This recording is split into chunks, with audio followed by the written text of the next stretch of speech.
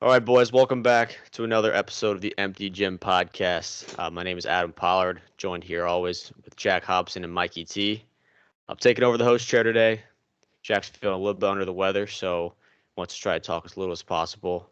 Had a weekend, so he's feeling pretty under the weather.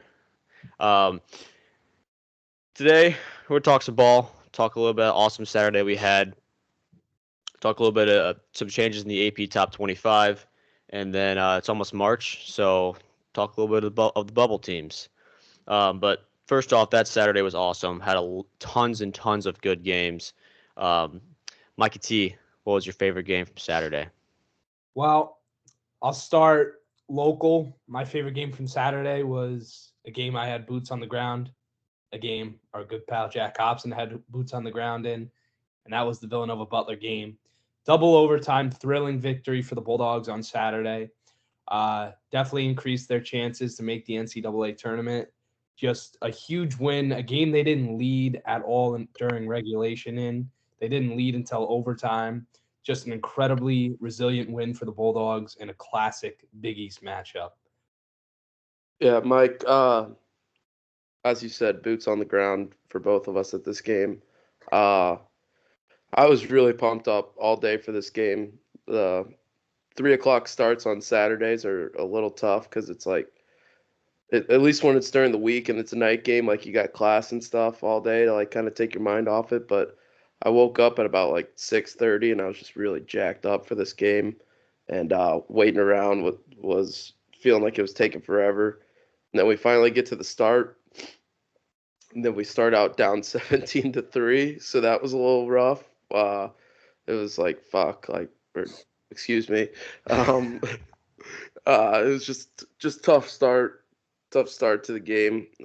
Then kind of started to claw back a little bit. Got a bunch of stops in a row in that first half. Uh, just couldn't really score at all.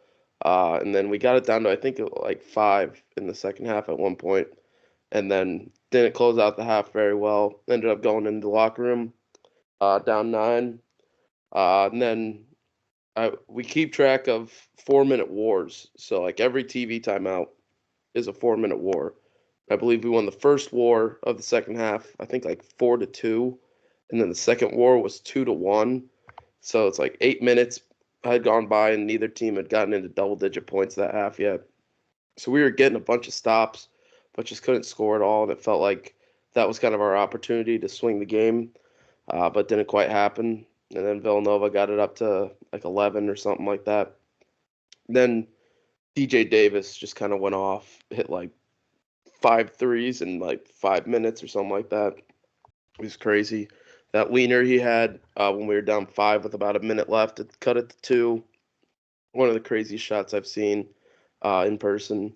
And then obviously Jamil with the dunk sends it to overtime, and then we get into overtime, kind of go back and forth a little bit, get a stop down two with about 30 seconds left or so, I think, and then come down. DJ gets a layup to keep or to tie up the game and send it into double overtime, and then from there, kind of went back and forth again, and then got a 2 point lead with under a minute left.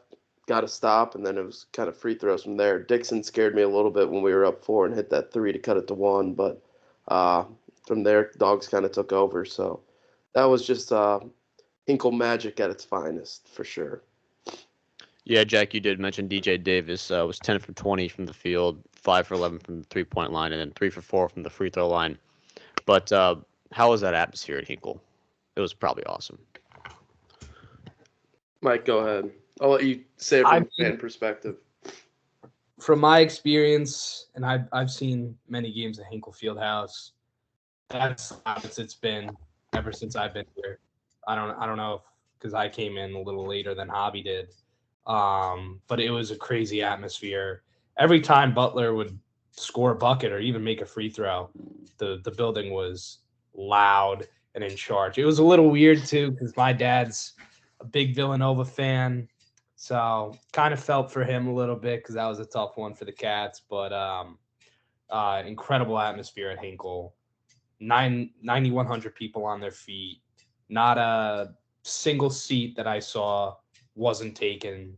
So just a great atmosphere. Yeah, that was probably in my Mount Rushmore of games at Hinkle. Living a little bit closer than Mike and being here for a year longer than Mike, I've been to more games at Hinkle than him, but this was right up there with the best of them. I'd say like this, Xavier last year was crazy too, with that being on a Friday night and everything. Uh, I think it was 2017 when Jorgensen hit the three from the logo against Villanova when they were number one. That was pretty loud too. And then Gonzaga uh, back in 13 with the Roosevelt Jones floater buzzer beater. I think those are kind of my top four. I don't really know how to order them, but uh, Were you at both of those games? yeah, I was.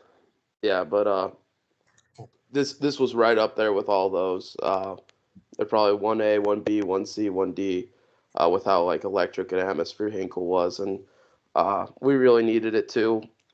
Excuse me. We got 2 wins in a row against DePaul and Georgetown, games that you need to win uh, to keep the tournament hopes alive at all, and then got a big win over a Villanova team that has shown flashes about how good they could be. But now they're on kind of a little down streak a little bit. I think this was their 4th loss in a row. But they're a good team. They're a lot better than their record is. So this was a big win for us, and now got 2 tests coming up over the next week with Creighton on the road on Friday and UConn on the road on Tuesday. But the atmosphere was, to go back to the question, the atmosphere was amazing. It was one of the coolest things I've seen at Hinkle for sure. Yeah, speaking of atmospheres, another Big East game where the atmosphere was just unreal was the Providence Georgetown game at the Dunk. That game was awesome, and I was actually telling these boys before we started recording. With me being out here in Mountain Time, that game started at 10:30 for me, and I was working all morning, so I didn't get to watch the game. But I was on my phone scrolling through X and looking at all the videos of the fans storming into the court, like the fans were fighting before the game, all the signs about Ed Cooley. I mean, it was just an electric atmosphere. But that game was awesome. Yeah, it was. And, I thought for how electric that atmosphere was, I kind of thought Providence was going to come in angry and kind of just run away with the game. But Georgetown hung in there and played a good game. And, I don't want to grill Ed Cooley too much because I do like him as a coach. And I understand the decision he made to go to Georgetown. Obviously, a lot of people weren't fans of it. But, when it comes to money and taking care of your family, a guy's got to do what a guy's got to do. But I just wasn't a fan of him talking about how, like, did you see the interview with like the check or whatever? How like George or Providence should give him a check. Yeah, bonus check. It was just very uncalled for and like I don't know, unprofessional from him. And I don't know, he just kind of made the game about himself rather than like about his team. So I wasn't a fan of that post game. Yeah, I saw. It was like they showed a clip of Kim English's press conference first, and then followed by Cooley talking about the bonus check and everything. And like you said, Mike, I really like Cooley a lot too.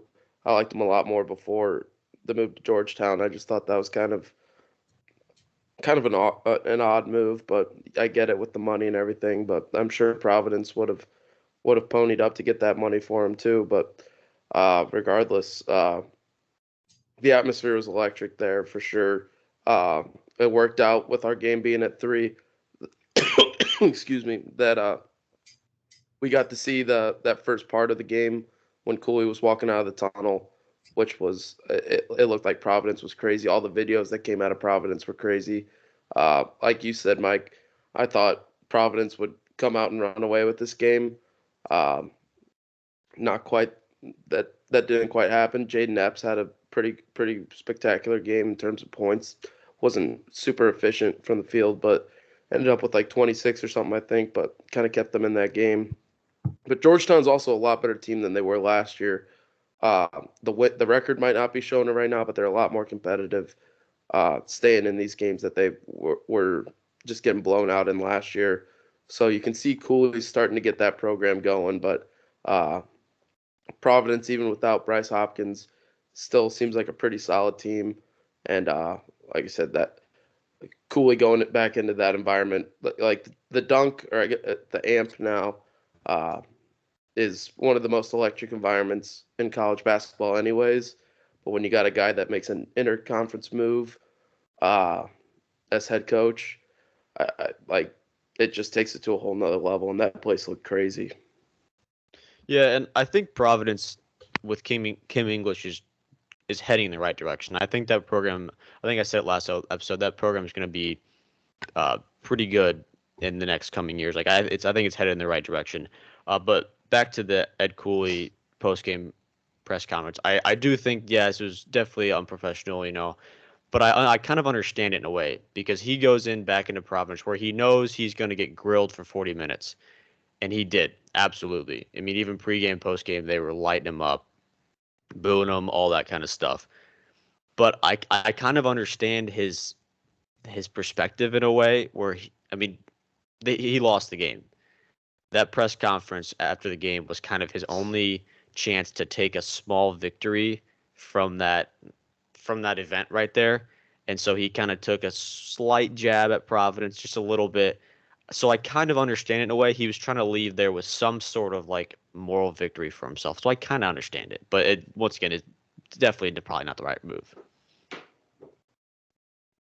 Yeah, I agree. It just kind of lacks professionalism a little bit. Like you said, like I get him having the emotions, but there comes a time where at the same time, like I know you have these emotions, but you're also the head coach of a Division I program. Like you got to know what to say, when to say it, what not to say, stuff like that. So I feel like he could have handled that a little bit better. Like I said, I understand the emotions that he had going back there.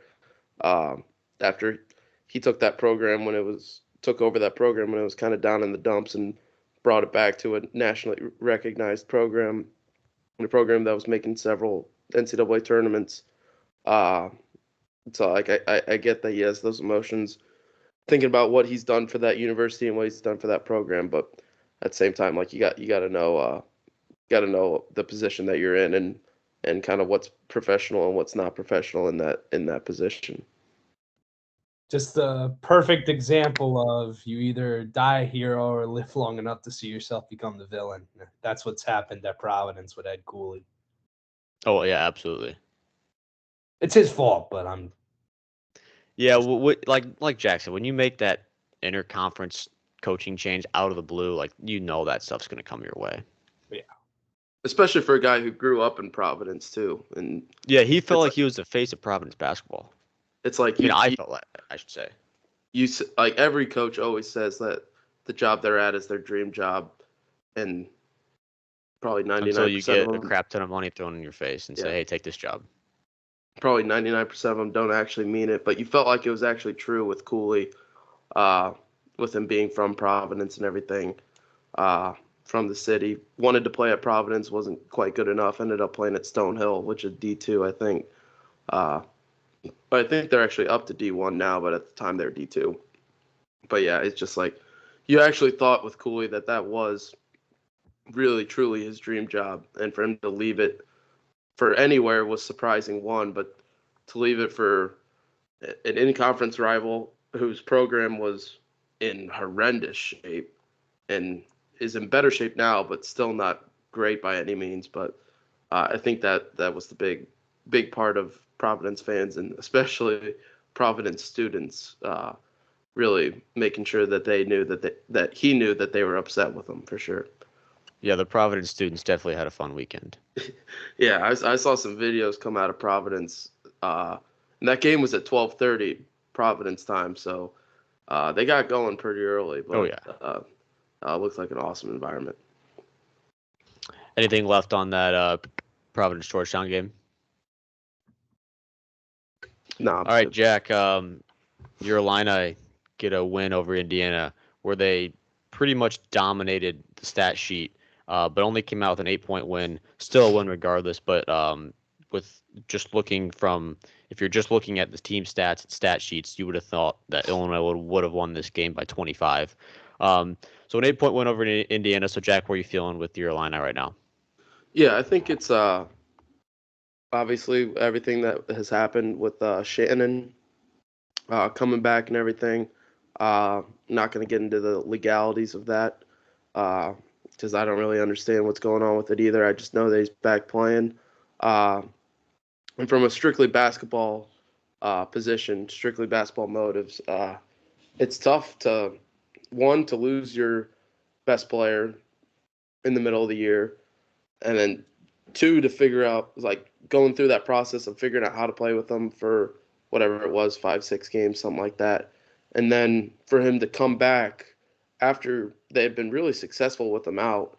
I think last year this team would have imploded. I think this year's team's a little bit more mature and able to handle that, but it's still going to take time for Shannon to kind of get back into it. It's still going to take time for the other guys, especially a guy like Marcus Domask, who really kind of became that star player on Illinois' team with Shannon gone. Had, I think, several 20-plus point games for sure. I think he even had 2 30-point games while Shannon was out, at least one for sure. But I think for all those guys, it's tough to kind of reincorporate Shannon back in. I think it's going to take time.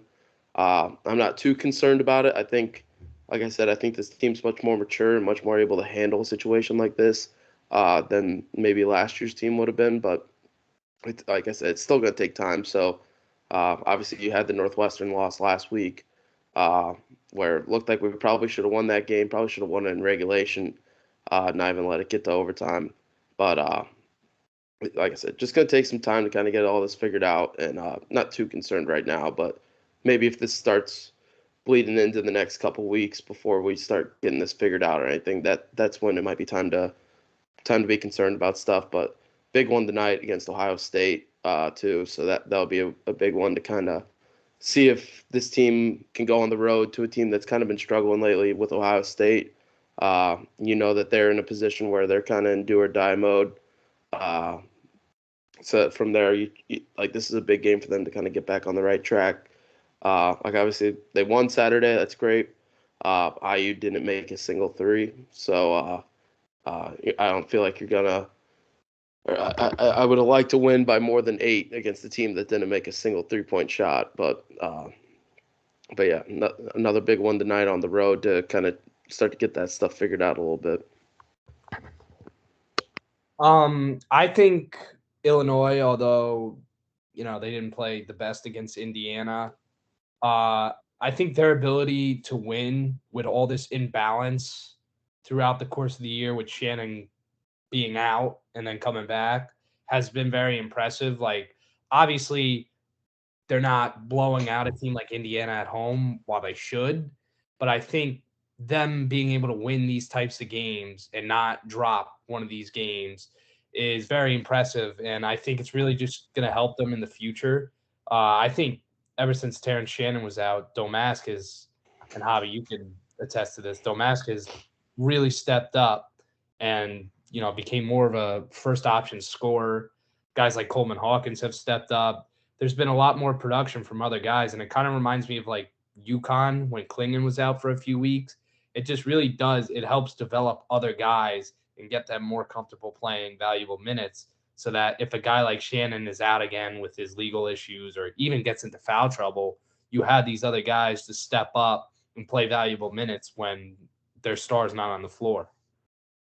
Yeah, definitely. And the emergence of Marcus Domask for Illinois has been huge. I mean, in the Indiana game, he had a double-double, 16 points, 10 rebounds. But yeah, Mike, I do think you're right. Their ability to kind of just rally around this team, and when Shannon was out, I mean, the Purdue game, when they played Purdue, I thought that game was not going to be pretty for Illinois, but that game was definitely a lot closer than I thought it would be. But yeah, you mentioned Coleman Hawkins as well. I have been vocal about my disagreements with Coleman Hawkins and his basketball ability, but I will be the bigger man here and say that Coleman Hawkins has stepped up huge. So, Jack, you probably got to be pretty high on the Coleman Hawkins radar right now. Yeah, after that Michigan game, the Coleman Hawkins radar was broken. I was so high on him, but excuse me, played solid against Northwestern, played solid against IU. Want to see that continue, even with Shannon back and him I feel like at the beginning of the year, it's kind of like, is it going to be Domask? Is it going to be Hawkins as that second option? And then especially with Shannon out, uh, Domask really went above and beyond being that number one option in terms of a scorer. But you also saw some of Coleman Hawkins' best games. One, scoring. His shooting has been really good this year compared to previous years. His defense has been spectacular.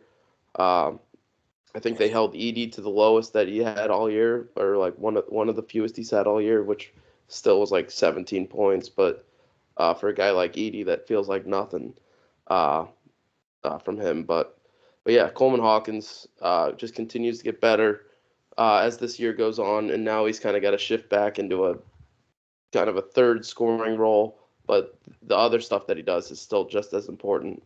So I think he's going to keep continuing to do that well, and it's been fun seeing him play this well. When you've seen a bunch of flashes over the last 3 years, but hasn't been able to really sustain it as well as he has been this year. So it's been good to see Hawkins playing that well. Yeah, definitely. You guys have anything else in this game here?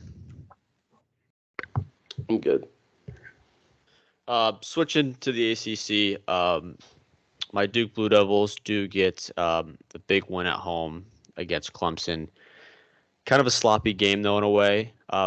Just purely from, I guess you're looking at from a season standpoint, it feels like this Duke team, it's frustrating sometimes because it feels like they haven't put together too many complete games. It feels like they did play very well last night against Virginia Tech. That was nice to see.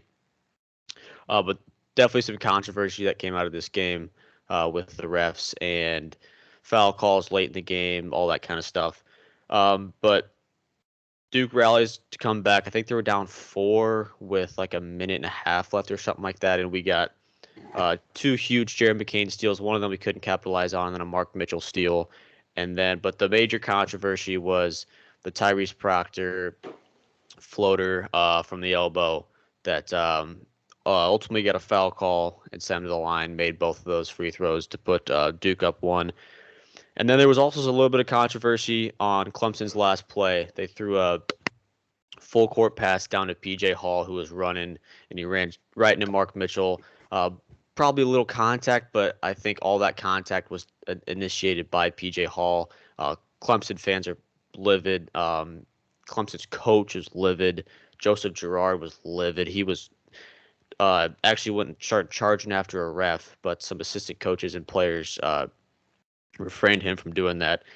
But when I first saw the Tyrese Proctor play when he came down, I was I didn't like how it was going out. It was pretty much just one-on-one and take on 3 guys. When I first saw the play in real time and they called the foul, I 100% was like, yeah, we just got bailed out. And then, you watch the replays. I actually think he got fouled 3 times in that play. A couple hand checks, and then I think he definitely got fouled in that floater. But when he first went up, I definitely thought we got bailed out. But I think just the timing of the call, and because people don't want to see games decided by free throws and foul calls. Like, I'm 100% in that same boat. I understand it. You don't want to see the game end on free throws on a foul call. Don't want to have the refs decide the game at the end. But I definitely think it was a foul. But aside from all that, Jared McCain had another huge game. Those 2 huge steals at the end of the game that kept us in the game allowed us to come back and for Tyrese Proctor to make those free throws. A little bit of an absence from Filipowski. He fouled out with a couple minutes to go, but he didn't do too well on the stat sheet. So that's something that you're a little nervous as a Duke fan because you want to see we have to have Filipowski have at least an average game night in, night out if we want to go far this NCAA tournament and keep this season on the upward track that it is going right now. So, but that's kind of my soapbox there with the Duke Blue Devils. But as far as the game, did you guys see anything else there? Yeah, I thought Proctor. Obviously, we've kind of been looking for Proctor's sophomore leap this year. Haven't gotten to see it a ton. I had a pretty solid game against Clemson. Had a couple too many turnovers maybe, but you're gonna get that from time to time. But I thought this was a really big game for both teams. Clemson kind of been struggling as of late, and then in kind of a down ACC, if you want to say, a win on the road at Duke would really help their resume, just weren't quite able to get it. And Duke also has kind of been a little up and down as well this year, so kind of to get a win at home that you really needed to get against, which will be one of your fewer quality wins because of the ACC, especially the bottom half being so down, and not really getting a bunch of quad 1, quad 2 opportunities there. I think this was huge for both teams, but like I said, Duke, maybe a suspect foul call at the end. Obviously, like you said, that kind of got all worked out and everything with all the Clemson players and fans, and especially Brad Brownell, who might be coaching for his job right now. But yeah, I thought it was a really good game for Duke to kind of get back on the right track. Obviously, had the big win last night as well. But this was one that Duke needed to kind of get back, get things back in order a little bit. Yeah, and I think, sometimes you need a call to go your way to really get the motor going. And I think this is what happened. I mean, Duke was able to win the game despite Roach and Filikowski combining 3 of 16 from the field. So if you're able to pull out a win with probably your 2 biggest catalysts shooting that poorly from the field, I mean, that's huge for Duke. Tyrese Proctor, really nice game with 18 points, and McCain with 21. I think those guys down the stretch are just going to be huge X factors for Duke in these coming games, and we'll see how they do against Carolina this Saturday. That's going to be a huge game. I think it's in Chapel Hill, right, Adam? I believe so, yeah. Yeah, I double check on that, though. I'm pretty sure it's at Chapel Hill. Yeah, then the one at the end of the year is at Duke. At Duke, yep. I think they do it the last Saturday. Yeah. Because it goes every other year. And the last time it ended at Duke, or the season ended with North Carolina at Duke, was 2 years ago, when Coach K's career also ended. So that you got to bring that up, man. That would make this year, since that was 2 years ago, that would make this year. So that's the only reason it's at Duke this year was 2 years ago Coach K's coaching career at Cameron ended with North Carolina loss. Yeah, and that helped. That was a big moment in history for me as a avid Coach K hater. But I apologize for you. But it's all good, man. But that was a pretty historic moment for some of us. Yeah, I understand. I do have some stats for you here real quick. The most quad 1 wins this season in college basketball. UConn and Purdue lead with 70 apiece. 3 teams right below them with 6 apiece: Houston, Arizona, and Wisconsin. And right below them, solo with 5 wins, quad 1 wins, is Duke. Okay. That's pretty good. I did not expect that. Honestly. I did not expect that either. I saw it and I was like, this can't be right. And Duke also has the highest quad 1 winning percentage with a minimum of 5 games. You can't play one quad 1 win and you're obviously 1,000%. But they do have the highest quad 1 winning percentage, which the way that this season has gone for this team, those stats they don't make sense in a way. They feel like they shouldn't fit. If that makes any sense. Yeah, I was not expecting Duke to have 5 quad 1 wins, but yeah. That is a little surprising. I mean, they'll have another opportunity on Saturday.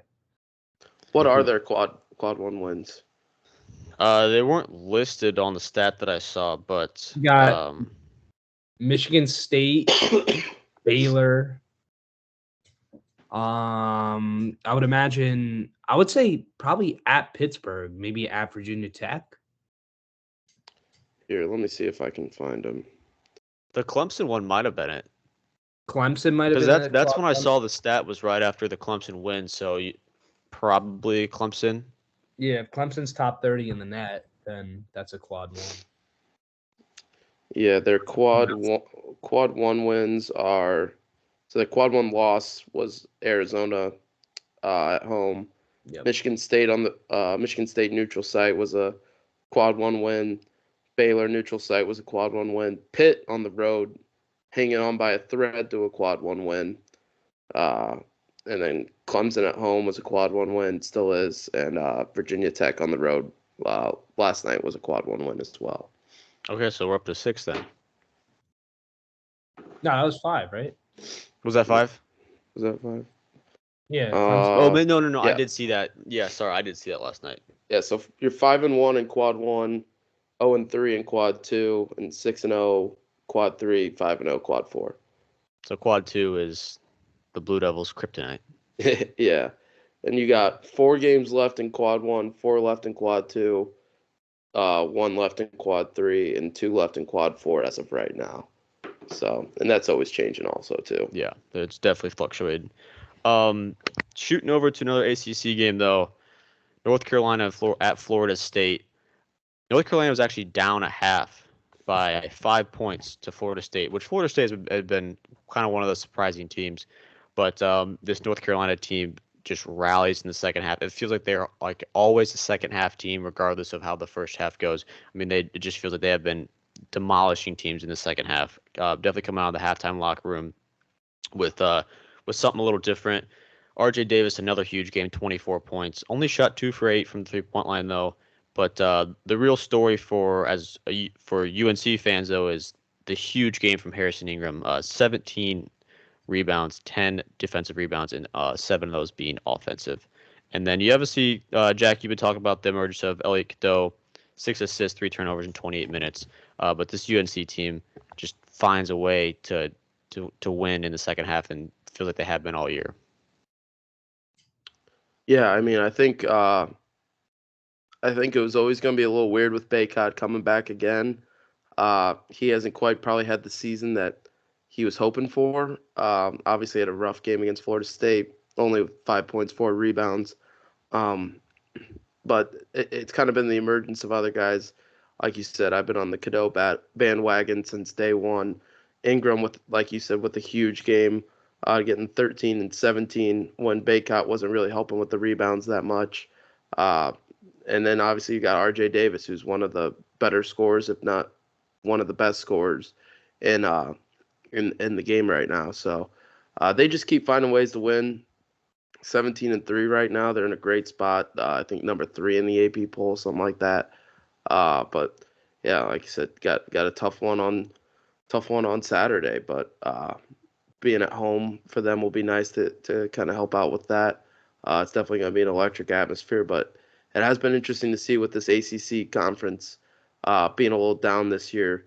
The 2 teams at the top are still Carolina and Duke, and both teams are Duke kind of more so hanging on by a thread. I feel like at times kind of a little bit more inconsistent, and Carolina though has seemed to kind of start to solidify in them as a potential number 1, a potential 1 seed in the tournament. But they just keep getting better. It feels like that you're gonna have these scary games from time to time as conference play goes on, and you got a feisty Florida State team who rumors are it's Hamilton's last year. They might know that, they might not, but they might feel like it might be true, but not know for sure. So you got a really inspired group trying to get a winning season and get a tournament appearance for Leonard Hamilton in what could be his last year. So Florida State's going to be a tough team to beat, especially on the road when you got the situation like that. But Carolina went in, found themselves down, and found a way to come back in the second half. So I thought that was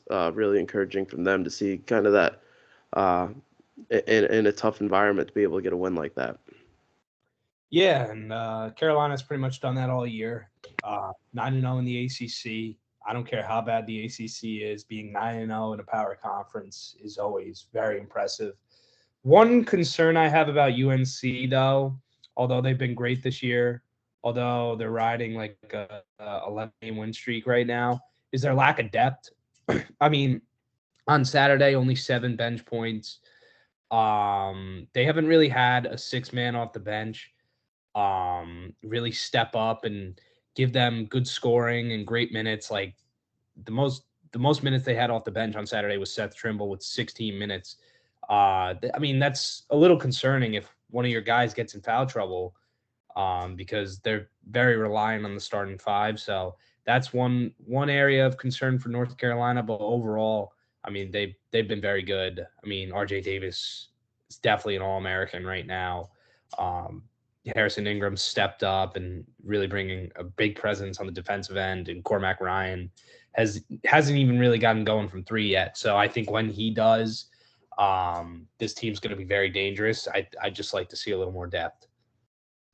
Yeah, that definitely has been something that you can see in their games with majority of their minutes and points coming from all those starters, which granted, if it works, it works.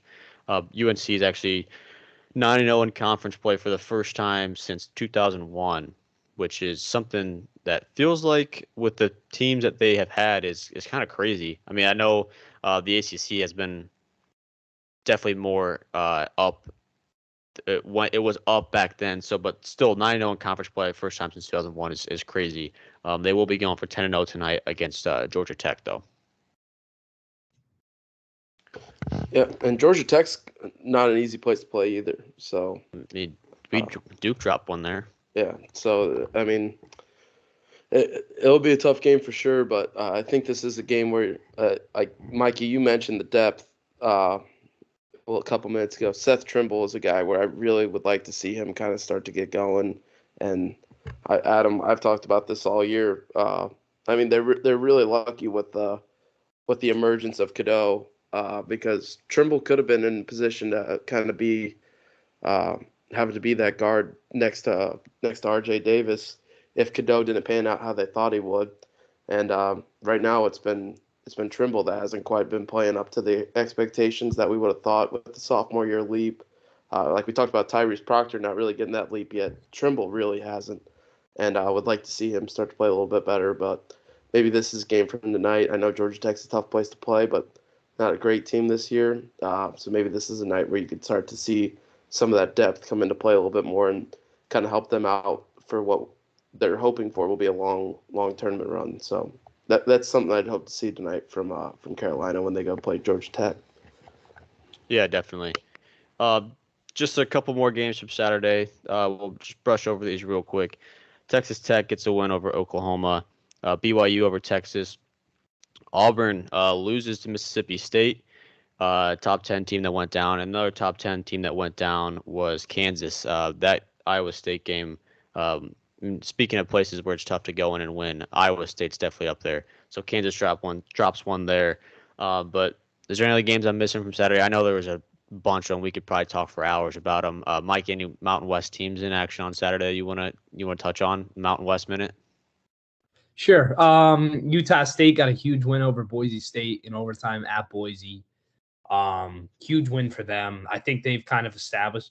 I don't want to say that, but so far they've looked like the best team in the Mountain West, or maybe the team to beat in the Mountain West. Obviously, it's a very deep conference, and you could argue maybe New Mexico is better than Utah State or San Diego State's better.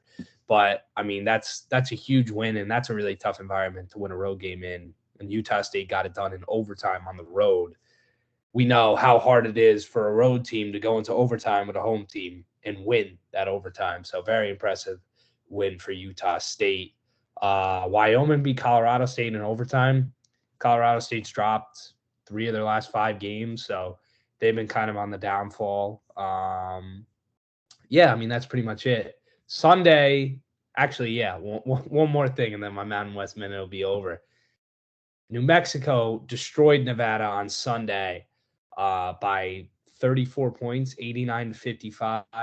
I think you can argue that New Mexico is, in terms of talent, arguably a top 15 team in the country with the amount of scoring and the amount of athleticism they have. So that's my Mountain West Minute. Mountain West has definitely been something special this year. So that was the Mountain West Minute from Mikey T. Real quick, though, we'll shoot over to the Valley Minute. The Bradley Braves go into Indiana State, take them to overtime, and then give up 17 points in overtime to lose.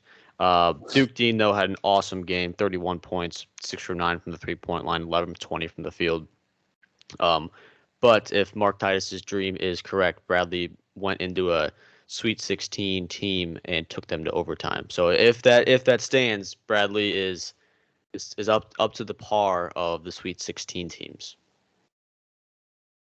There you go. I mean, we love seeing some Braves magic, and they got the War on 74 this weekend. I don't know who their midweek game is, but we will have boots on the ground at now known as CEFCU Arena, formerly Redbird Arena, but we will have boots on the ground there in Normal, Illinois this weekend for the first edition of the War on 74 of 2024.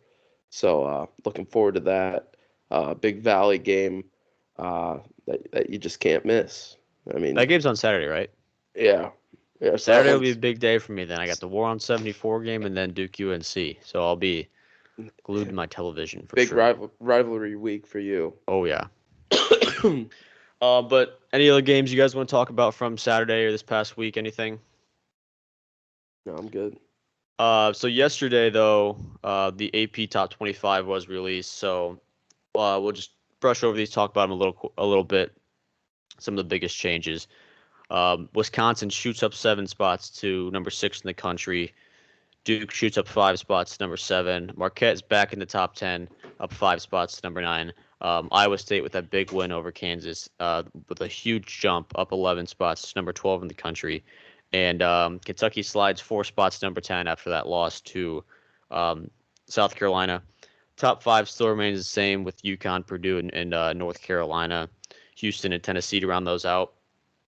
But looking at the top 25, is there anything that you guys saw, changes, drops, anything that kind of caught your eye?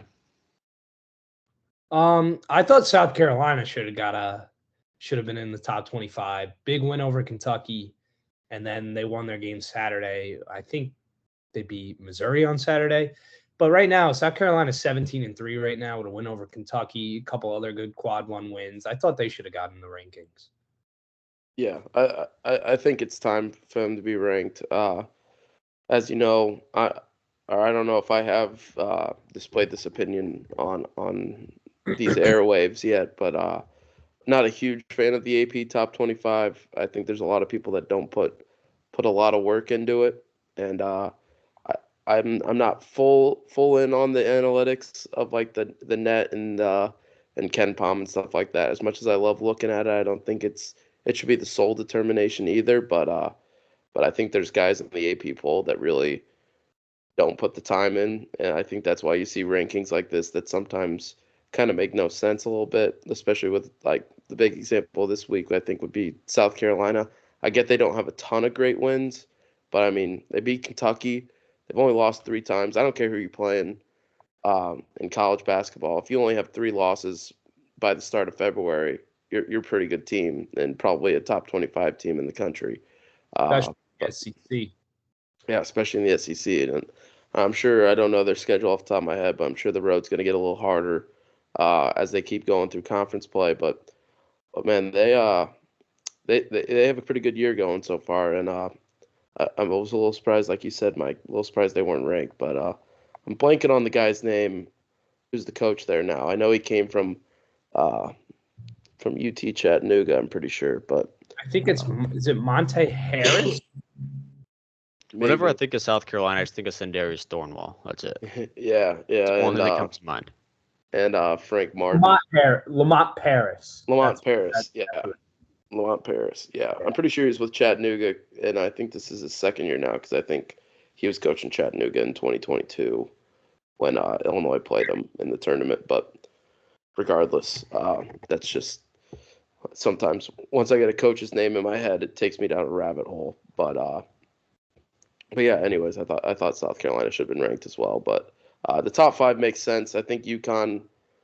I was big this year on. I thought UConn should have been number 1, not only because they were defending champions, obviously, but they brought enough guys back and replaced the guys that they lost with a guy like you replace a guy like Hawkins with Cam Spencer, who might not be as good as Hawkins, but is right there as one of the elite shooters in the country. Tristan Newton takes a bigger role now. Klingon obviously takes over the starting role for Sonogo from last year. and then you kept Caravan as well. So, and also they hadn't not beat a non-conference opponent by less than 10. So I've always thought that UConn was the best team in the country this year, and just waiting for them to prove me wrong at some point. I think the top five is good too. But yeah, I mean, you had some changes there, here and there, but overall, I thought it was solid for an AP poll. One team though that did shoot up into the top 10 was Wisconsin, now at number 6. That win over Michigan State was a super fun game to watch, but AJ Storr on that team is awesome. I think he had 28 points against Michigan State, something like that. Yeah. But so it's good to see Wisconsin in the top 10. I feel like they definitely deserve it. It feels like they are a top 10 team in the country. Yeah, we talked about it. I think we talked about it on the last episode. It was that Providence game that I thought, man, this team isn't for real. Like I thought they were going to be good this year, but I didn't think they were going to be number 6 in the country by any means. But I thought they were going to be a pretty solid team this year and maybe contend for at least the top 4 spot in the Big Ten, get that double bye in the Big Ten tournament, and then maybe throw a Hail Mary at beating Purdue for the conference championship. You never know, but I was not expecting this year, and they are, like you said, number 6 now. They got a big one against Purdue coming up this weekend, I think on Saturday, but maybe a different day. I can't remember when they play, but I know they got Purdue this weekend. So that or Sunday they play Purdue. But that will be a huge game for Wisconsin at home against Purdue. That will be a huge Big Ten game with big time implications on how the conference title goes out. But yeah, Wisconsin, one of those teams that's been really surprising this year, and like you said, AJ Storr, I think is a huge part of that. Yeah, and I think Wisconsin's got as best of a shot as any other team in the Big Ten, or the best shot out of any other team in the Big Ten to challenge Purdue for the Big Ten regular season title. Obviously, Illinois has been good and can do that too, but I think Wisconsin has the edge over them. Another big thing that I was thinking about the other day with Wisconsin, I mean, you look at AJ Storr, and then, I mean, this is a little off topic with Wisconsin, but St. John's transfers this year have been huge for other teams. I mean, if you think about it, you have AJ Storr with Wisconsin, who's Wisconsin's leading scorer. David Jones is Memphis's leading scorer. You had Posh Alexander come to Butler and do big things. And then there was one other transfer. Adewusu with Seton Hall and Soriano. Can you imagine if that team stuck together? That with Rick Pitino, that would have been. They might be competing with UConn for the Big East title. Yeah, St. John's transfer. I hadn't thought about that yet, but St. John's transfers have been playing pretty crazy everywhere else, and obviously St. John's is having a pretty solid year themselves. But maybe Slick Rick wasn't right on a couple of those, pushing some of them out. But they've obviously found some, or been playing great at their new spots that they found. So that's awesome to see. But the thing that I think that, not to take this on another tangent, but the thing that's so divisive over fans and coaches and players of in college athletics with the transfer portal, seeing it be used for good is really cool, because that's what it was intended for, and hasn't fully played out that way. You see a lot of guys making moves that they probably shouldn't, or entering the portal at all when they probably shouldn't, and then going somewhere. The biggest one for me this year has been Nick Timberlake, the kid from Towson. Took a bag at Kansas, and now he's not really playing that much. So it sucks to see that some of these guys will just kind of take the biggest bag that's out there and not really worry about fit and everything like that. But these St. John's transfers have found some homes for themselves and gotten to be pretty successful players at the spots they're at now. So that's enjoying to see how the transfer portal can be used for good from time to time. Yeah, just to wrap up a little bit for the AP Top 25, some other changes here. Arizona has dropped out of the top 10 with the loss at Oregon. They're now sitting at number 11. Creighton's up 4 spots, number 13. Illinois has dropped back from number 10 out of the top 10 to number 14. Texas Tech enters the top 15 with that electric win over the Sooners in Norman, like we mentioned. And then Auburn, like we said earlier, drops back 8 spots, number 16, with that loss at Mississippi State. Dayton up 5 spots, now into top 25, up to 21. And Oklahoma is definitely the biggest faller here. Drops back 12 spots, number 23. And then Mikey T, we had another Mountain West team in the top 20. New Mexico's up 6 spots, number 19. Yeah, they're good. They are good. And that Mountain West game tonight with Colorado State and San Diego State is going to be awesome to watch. It's going to be an atmosphere out in Colorado. Yeah, we got a lot of good bump tonight. Glued to the TV tonight. A lot of good bump tonight. Yeah, tonight's a great night of basketball. I feel like we get this every once in a while. Like you hope to get it at least once a week, but if not, maybe once every 2 weeks, where you have a midweek day that's just loaded too, that can compete with any other Saturday. But we got, like tonight, we got South Carolina going on the road to Tennessee. A Big Ten battle between Iowa and Indiana. That is what it is. But Illinois going on the road to Ohio State. They need that one. Marquette goes on the road to Nova. Like I was saying earlier, Nova kind of needs to get back on track. And this will be a big opportunity for them to do that. Cats need. Yeah, Cats need one tonight. Texas Tech, TCU, Oklahoma going to Kansas State, Mississippi State, Mississippi, two teams that are kind of battling to solidify themselves in the tournament a little bit. I know they both have good records, but not necessarily great resumes. Michigan State, Michigan, Oklahoma State, Kansas. Is this another one where Bill Self gives Oklahoma State a big win for his alma mater? We'll see. And then, yeah, like you mentioned, that Mountain West game as well with Colorado State and San Diego State. But, yeah, great night of bump tonight. Yeah, a little bit of everything from each conference, too, which is nice. And then the real big battle between Louisville and Clemson, I know a lot of people are excited for that game. The Louisville-Clemson game? Yeah, that was a joke. Sorry. Okay, that's what I thought. My bad. Yeah, no, real quick, though. Quick little plug here. You can find those games that we just listed. We do tweet them out. So go ahead and follow the Twitter or the X at the Empty Gym Pod. You can also find all the AP Top 25 analysis list. We're going to try to be a lot more active on that Twitter, try to get some stuff out. So definitely give that a follow. Keep you up to date on just about everything there is in the college basketball world. Hey, listen, the month of February, I don't know what I was going to say. The month of February is the biggest month of college basketball leading up to March. This is where teams boost their resume for Selection Sunday. You're going to need the coverage. You're going to want to know who's playing well, who's not, in order to have a good bracket for Selection Sunday. This is the place to go. Our social platforms. Follow, like, read them, because we got good analysis. Subscribe to the YouTube. Subscribe to the YouTube.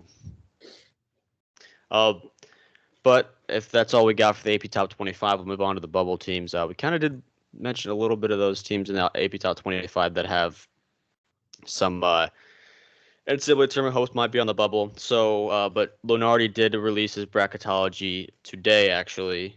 Right now, the last 4 buys, he has Memphis, Texas, Providence, and Texas A&M. Last 4 in, he has Nebraska, Seton Hall, Colorado, and Boise State. First 4 out, Villanova, Cincinnati, Washington State, and Gonzaga. Kind of weird to see Gonzaga in this bubble list for the first time in what feels like a while. And then finally, that next 4 out, he's got Oregon, Kansas State, Florida, and sorry, boys, he has the Butler Bulldogs listed in the next 4 out. That's fine. We're good. Bulletin board material. Yeah, we got 6 of our next 7 games are quad one, so a lot of opportunities to boost that resume for the Dogs. So is there anything that sticks out there to you guys? Memphis definitely has been sliding a lot. I mean, yeah, they've been playing terrible. So they deserve to be sliding. Simply terrible, yeah. They have been. That's the kind of they've analysis lost. you get here at the EGP. Well, yeah, I mean, when you Tell drop it how it games is, Mike. in South Florida and UAB, you're gonna drop. And right now, I mean, listen, Memphis does have good wins, keeping them in the tournament, but losing 3 straight games in the American is not good. I mean, Memphis has to. They're right now. They're 6th in the American, they're 6th in the American right now, tied with SMU. If you're Memphis, you have to be either 2nd or at worst 3rd in that conference. And to be 6th in that conference right now is pretty unacceptable. And they're continuing to slide down. Could continue to be ugly for Memphis because they have not looked good recently. Yeah. Another team, though. Oh, go ahead, Jack. All you. Another team that I'm actually. The way the season started, definitely this team's been riddled with injuries in the last 4 is Texas A&M. But they were they a top 10 team at one point at the start of the season? I know they were like 15th or 14th in the country at some point, but they've definitely been sliding. Close. Yeah, but and a lot of picked injuries by on that some team. people to be SEC champs too. Some people also including me. Wait, you picked them? No, I thought you picked Tennessee. I picked Tennessee, but I had Texas A&M second. I know you're really high on the Volunteers this year. I was big on the Vols in November, which I'm still big on them now too. But I mean, any team that has Dalton Connect on it. Yeah, but yeah, like you said with Texas A&M, the team that was picked by some to win the conference, not me as I remember now, but team picked by some to win the conference. Got great guards with Wade Taylor and Tyrese Radford. This team just hasn't had the season that we thought they were going to have, and now they're in a spot where they're kind of battling. Like they got a big win over Kentucky a couple weeks ago that they really needed, but yeah, this team is not in the spot that we thought they were going to be in by any means at the start of this year. Another team though that's in the last 4 and that I definitely want to see in the tournament is Seton Hall. Such a fun team to watch. I really hope they get in the tournament. Yeah, they've kind of struggled without Kadari Richmond the last couple games, but when he's playing, man, they're as good as anyone in the Big East. They've gone and beat teams on the road. They've beat teams at home. They're a good ball club when they got Kadari, and how long he'll be out, we don't know. It's for undisclosed reasons. I think that he'll be back soon from stuff that I've heard, but you never really know with stuff like that when it's the undisclosed stuff. But when he's on the floor for them, Seton Hall's as good as anyone. They got a great environment up in Newark too, so that's a team that I think if they, depending on how long Richmond's out, if they can kind of scratch and claw their way into the tournament, they're going to be a team that no one wants to play at all. With Shaheen has them playing real physical, real tough,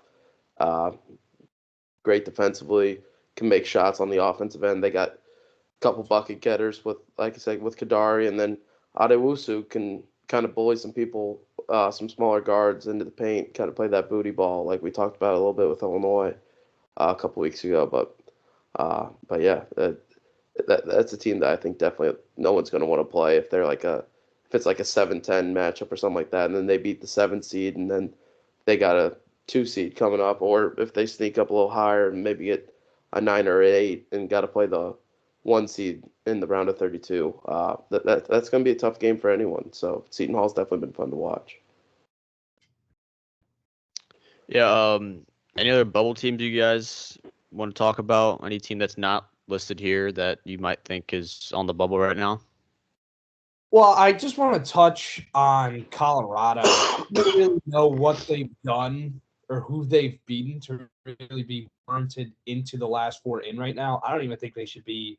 I think they should be at the very best in the next 4 out right now. I just don't really understand why they're in the last 4 in. Like, they haven't really beat anyone. Their best win is Miami, And I mean, they beat Miami, who's not even in the tournament right now, who's not even really being considered into the tournament right now.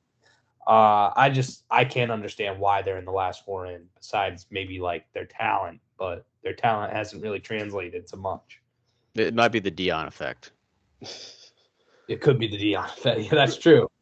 Crossing sports. The Pac-12, the last year the Pac-12, they sacrificed a terrible basketball conference for an electric last year of Pac-12 football in the conference. 'Cause that conference last year was awesome in football. This year in basketball is not been what it was supposed to be. I mean, USC is not good. It seems like Arizona's just going to run away with that. But then again, they just lost to Oregon. So Pac-12 is a mess right now, though. Yeah, I mean, it's struggled the last couple of years, but you kind of had some top-heavy guys with teams like Arizona. UCLA's been really good the last couple of years, up until this year. Then who knows what's going on with that dumpster fire right now. And then you had teams like Utah that would make a splash every once in a while. Colorado made a splash a little bit. Arizona State, you never really know with them. I feel like they always have a ton of talent, but always have a lot of issues. But this year, man, the Pac-12 has just not really been it, and the last couple of years either. So it's tough to find quality wins there. If you're a team like Colorado that's kind of on the bubble, you really got to take care of a business in terms of the lower teams, like your like the I'm trying to think like an Arizona or Washington State or an Oregon State, stuff like that. Because like even teams like Oregon aren't as good as they normally are in past years. So they kind of lack that opportunity to find those big quality wins. So a team like Colorado got to take control over all those lesser teams and maybe scrape out a win against a team like Arizona or something like that to kind of boost that resume. But another team that I thought was going to be really good, I think I did have them win in the Pac-12, was USC, and they are just awful. But it's just Pac-12 this year. Yeah. But to wrap up with that, Lenardi right now has Purdue as the number one overall seed, UNC as a 1 seed, and UConn, and then Houston to finish it out as the 1 seeds as of right now. So that's just kind of a little bit of bracketology bubble teams that Lunardi has when he just released. But I think for the most part, he hit the nail on the head with bubble teams in a way. Another bubble team that they have is Texas, and I did pick Texas to win the SEC. Or sorry, no, they're in the SEC now, right? No, they're still in the Big 12. Okay, yeah. Last year, Big 12. I did pick them to win the Big 12, yes. But hey, what are you gonna do? Yeah. Well, you guys have anything else today you want to talk about? I'm all good. I could just touch on the conference breakdown real quick for go ahead. For Lenardi's bracketology. Just 3 teams in the ACC and 3 teams in the Pac-12. So just very disappointing years for those 2 conferences. It's going to be really hard for a team like Miami and Virginia to kind of work their way back in the bubble, because they just don't have a ton of opportunities to pick up quad 1 wins unless they play a team like Carolina or Duke. So just a tough year for the ACC. I know I kind of touched on that last week, but want to reiterate that. Yeah, for sure. Well, not a ton of other great games during the week. Wisconsin goes to Nebraska on, I think, Thursday. So that could be a good game. A couple other ones throughout the week. But Saturday, loaded slate. Before we wrap up, I'll kind of run through the slate a little bit and see thoughts on any of these games for you guys. But we got UConn going to St. John's. That's going to be an electric environment for St. John's. They kind of got the Garden rocking again, which is really cool to see with Patino being back. So number 1, UConn with the tough road test there, with how well they've been playing as well of late. You got Houston going to Kansas in a Big 12 matchup. That's going to be crazy. Two top 10 teams. Kansas kind of falling back a little bit. Not big time, but couple losses in conference so far that maybe you wouldn't expect. But they got a chance for a big time win against Houston, and Houston's got a chance for a big time road win at Kansas. So that'll be a big game. Obviously, Duke, North Carolina as well. Another first ranked with Iowa State and Baylor in the Big 12, and Tennessee, Kentucky, another top 10 matchup between rivals. So a big weekend in college basketball this weekend, and then you got a couple games Sunday too with Purdue, Wisconsin, another top 6 matchup between those two teams. Providence, Nova, two teams in the Big East that are kind of battling on the bubble to try to get in. So a lot of good basketball this weekend. But any games sticking out to you guys? I just think that triple header on ESPN with Houston, Kansas, Duke, Carolina, Kentucky, Tennessee, and then after that too, Gonzaga, St. Mary's, little late night West Coast Conference action. I know you love that hobby. It's going to be a hell of a Saturday, so strap in because we got a lot of basketball to watch. Yeah, go figure. I'm just mainly focused on this Duke UNC game. Carolina Hate Week has officially started. I'm also going to merge that with ISU Redbirds Hate Week. So big week of hate for me. Carolina Hate Week, Redbird Hate Week. I'm very excited though for Saturday. Yeah, it should be an electric day with a ton of great games. Starting to see these Saturday slates get better and better as the year goes on, and that'll be the first Saturday in February, and that's where we really start to see teams either separate in conferences and separate amongst the country, or we see conference title races start to heat up a little bit too, and also the bubble starts to come into more and more into factors. So starting to get to really fun part of the year, getting closer and closer to March Madness, which is always fun. But yeah, it all starts this Saturday with a great slate. But that's all we got. Appreciate you guys tuning in. We'll be back next week with another episode. But until then, appreciate you guys listening.